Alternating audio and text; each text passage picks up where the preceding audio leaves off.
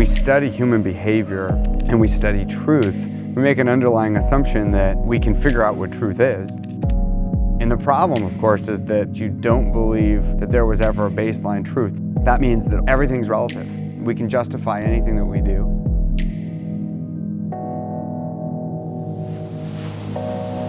Is that what people come down here to do, mainly? In Florida? Well, it's spring break. Spring break call. Yeah. You're supposed to do stuff you're gonna regret. Yeah.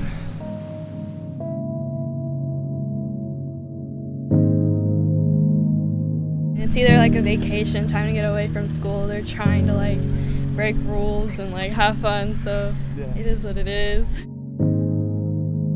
Like there's that expectation that spring break should be crazy, so they embrace that. And as a culture and a society, we almost normalize it.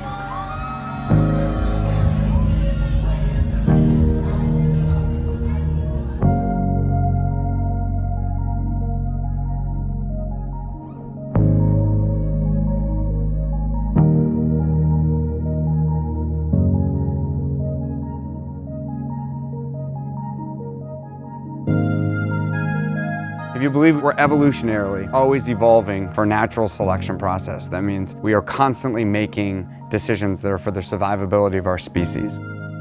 All these electrons that are firing in my brain and all these cells that are doing what they're doing at all times are working towards trying to survive more. The first week, he had like 4 that he met up with, and the first girl was Louisiana, the second girl was Oklahoma. You know what I want. Yeah. I know what you want. Let's get it on. Yeah. Every urge that we have, every desire that we have, then we should fulfill that because that would be good for the species. That natural desire would be good for us to promote our families and our tribes and our nation and our species going forward. Everybody can do what they want, or everybody can do what they think is best for themselves, or whatever the society says is best for us based off how we feel. These big movements occur that start to say, no, we all believe this and we're standing up for this.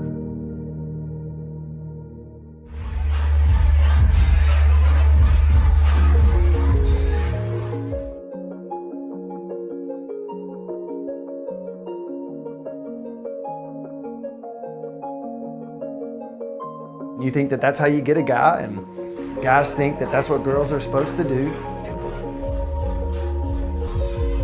How do you hold anyone to any kind of standard? How do we have any kind of truth at all? How can there even be a punishable offense in that situation? You know, how can we expect someone to agree with your morality that you've defined?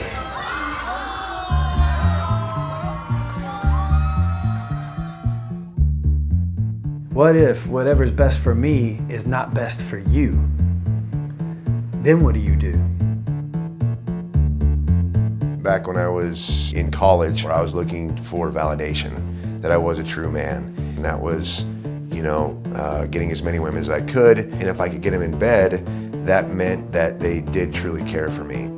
Once I would get to that point, then I would lose interest because, it wasn't necessarily built on anything other than I just proved that I could get this girl, and then I would move on. And then years later, having 2 daughters, I sit back and I look and I think, I want my daughter to know what a real man is. A man that loves her, that doesn't just love her for what he can take from her.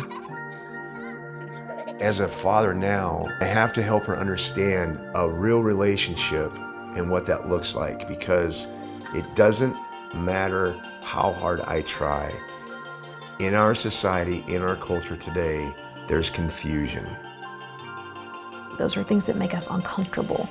And again, we justify or rationalize why we shouldn't have to do that, but then we're still left with these feelings inside, that void we have of guilt or shame or being burdened on some level by decisions we've made and what we've done.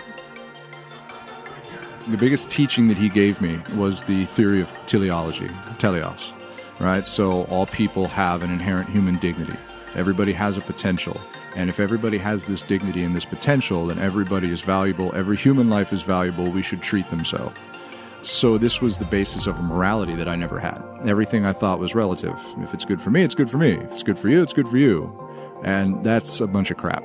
That doesn't work. That leads to a very bad place.